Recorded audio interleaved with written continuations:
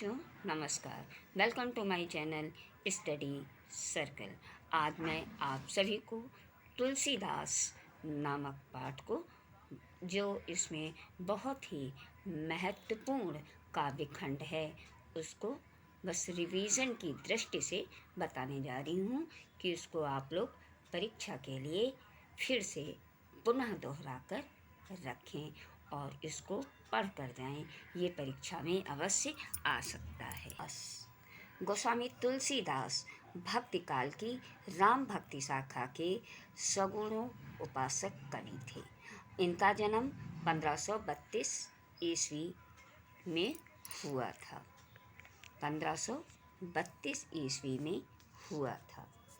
इनका जीवन परिचय भी थोड़ा आता है बच्चों, बहुत बड़ा तो नहीं लिखना होता है, लेकिन जीवन परिचय, माता पिता का नाम, जन्म स्थान और रचनाएं देनी होती हैं। तुलसीदास की रचनाएं देख लीजिए। तुलसीदास की जो प्रमुख रचनाएं हैं वो 12 मानी जाती हैं। रामलला नाहछू, वैराग्य संदीपनी, विनय पत्रिका, गीतावली, पार्वती मंगल, जानकी मंगल, वैरवे रामायण, रामचरितमानस महाकाव्य के रूप में जाना जाता है।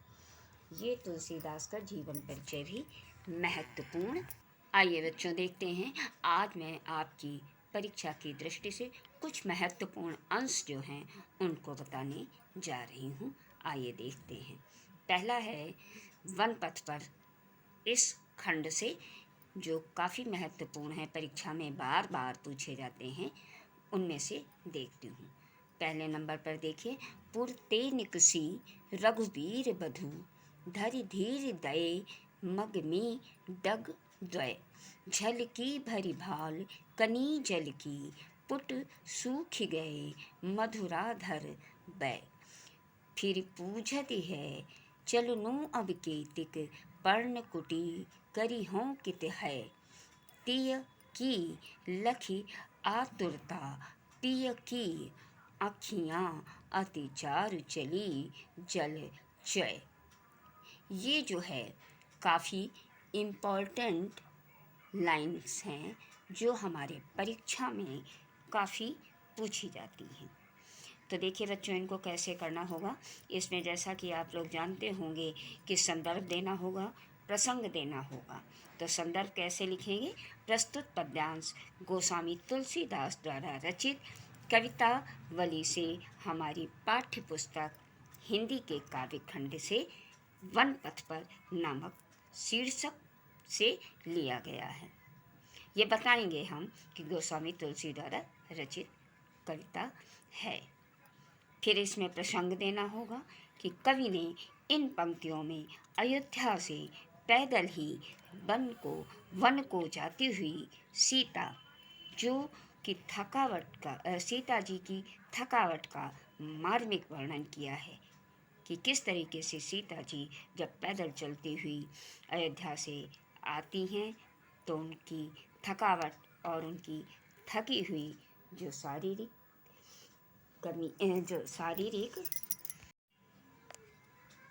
शारीरिक गति का तुलसीदास जी वर्णन करते हुए कहते हैं कि सीता जी की तरफ देखकर राम चिंतित हो जाते हैं। आगे देखते हैं कि इसकी व्याख्या कैसे करनी है। जब राम, लक्ष्मण और सीता बड़े धीरज के साथ श्रृंगवेरपुर से आगे 2 कदम ही चले थे कि सीता जी के धीर दये मग में डग द्वय, मतलब केवल वो 2 ही कदम आगे चले थे कि सीता जी के माथे पर पसीने की बूंदें झलकने लगी और उनके सुंदर होंठ थकान के कारण सूख गए। पुट सूख गए मधुराधर बै, मतलब उनके सुंदर होंठ जो हैं वो सूख गए। तब सीता जी ने अपने प्रियतम राम से पूछा, अभी हमें कितनी दूर और चलना पड़ेगा? कितनी दूरी पर पत्तों की कुटिया बनाकर हम रहेंगे? भगवान श्री राम जी अंतर्यामी थे। सीता जी की व्याकुलता का कारण तुरंत समझ गए कि वे बहुत थक चुकी हैं और विश्राम करना चाहती हैं, विश्राम करना चाहती हैं। राजमहल का सुख भोगने वाली अपनी पत्नी की ऐसी दशा देखकर, अर्थात कि सीता जी जो हैं वो सारे सुख आराम और वैभव से रहने वाली हैं, लेकिन अब उनको अपने पति के साथ पैदल ही वन की तरफ चलना पड़ रहा है। ऐसी स्थिति को देखकर रामचंद्र जी के आँखों से, उनके सुंदर नेत्रों से आंसू टपकने लगते हैं। अखियाँ अतिचार चली जल चय।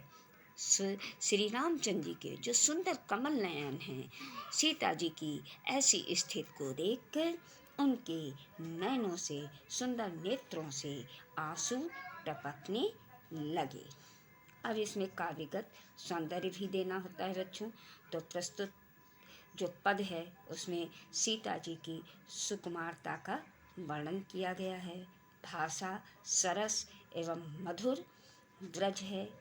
अलंकार माथे पर पसीने की बूंदों के आने, होठों के सूख जाने में स्वभावोक्ति तथा केतिक पर्णकुटी करिहों कित में अनुप्रास अलंकार है। शब्द शक्ति लक्षणा और व्यंजना है। रस जो है श्रृंगार है। गुण प्रासाद एवं माधुर्य है। इस प्रकार से इस खंड की व्याख्या करनी होगी। एक जो खंड है इसी का आगे का, उसकी ये 4 पंक्तियाँ काफ़ी महत्वपूर्ण हैं, जिसको मैं बताने जा रही हूँ रिवीजन की दृष्टि से। आइए देखते हैं। रानी मैं जानी अज्ञानी महा, परिपावन हूँ ते कठोर हियो है। राजहु काज अकाज न जान्यो, कहियो तिय को जिन कानि कियो है। ऐसी मनोहर मूरति ये, बिछुरे कैसे प्रीतम लोग जियो है। आँखिन में सखी राखिबे जोग, इन्हें किम कै बनवास दियो है। अब जब रामचंद्र जी, सीता जी और लक्ष्मण जी वन गमन के लिए निकले हैं और रास्ते में चल रहे हैं, उस समय का ये एक बहुत ही मार्मिक और स्वाभाविक वर्णन है। प्रसंग इसमें देना होगा कि इन पंक्तियों में कवि ने ग्रामीण स्त्रियों के द्वारा, जब कैकेयी ने इनको वनवास कैकेयी ने दिया था, तो कैकेयी ने जब राजा दशरथ के से अपने वरदान मांगे थे और उस वरदान में इन्होंने रामचंद्र जी को वनवास मांगा था, तो उस निष्ठुरता पर, उनकी निष्ठुरता पर व्यक्त प्रतिक्रिया को चित्रित किया गया है कि कितना कठोर हृदय होगा उन रानी और राजा का, कि जिन्होंने इतने कोमल, इतने सुकोमल, जो सुकोमल राजा राम, लक्ष्मण और सीता जी को वन के लिए भेज दिया। आइए व्याख्या देखते हैं। रानी मैं जानी अज्ञानी महा, परिपावन हूँ ते कठोर हियो है। अब तुलसीदास जी कहते हैं कि वन गमन के रास्ते में स्थित एक गांव की स्त्रियां राम, लक्ष्मण और सीता के सौंदर्य तथा कोमलता को देखकर रानी कैकेयी को अज्ञानी और ब्रज तथा पत्थर से भी कठोर हृदय वाली नारी बताती हैं। क्या कहती हैं कि वो रानी कैकेयी जो है वो पत्थर से भी कठोर हृदय वाली होगी, जिसने इतने सुंदर मनोहर शरीर वाले बालकों को भेज दिया, उसको जरा भी दया नहीं आई।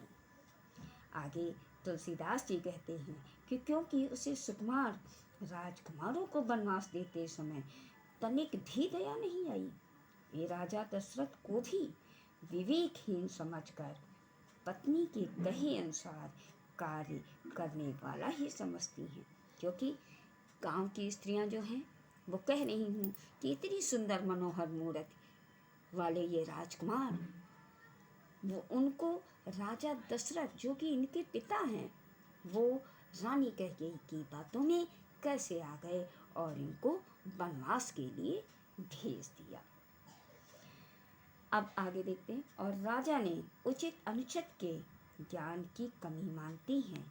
वो स्त्रियां ये भी जानती हैं कि राजा में सोचने समझने की शक्ति ही नहीं रही, जो कि उन्होंने रानी के कहने पर ये कार्य कर डाला, अर्थात इन लोगों को वनवास भेज दिया। कहाँ भेज दिया? वनवास भेज दिया। इन सुंदर मूर्तियों से बिछुड़कर उनके प्रियजन कैसे जीवित रहेंगे? बिछड़े कैसे प्रीतम लोग जियो है। इतनी सुंदर और सलोने राजकुमारों को अपने से अलग करके उनके जो प्रियजन हैं वो कैसे जीवित रहेंगे? कैसे जीवित रहेंगे? वो कहती है, हे सखी, ये तीनों तो आँखों में बसाने योग हैं। आँखिन में सखी सखी रखबे जो।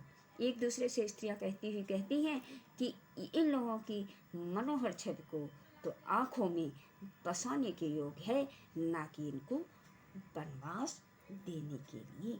तब इनमें से किस कारण वनवास दिया गया है?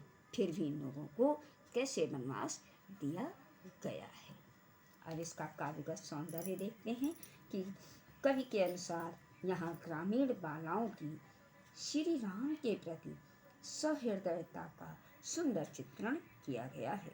भाषा ब्रज है, शैली मुक्तक है, छंद सवैया है, रस करुण एवं श्रृंगार है, अलंकार ज्ञानी अजानी महा में अंतरास है, काज अकाज में सभंग पद यमक है, गुण माधुर्य शब्द शक्ति अभिन्या लक्षणा एवं व्यंजना है।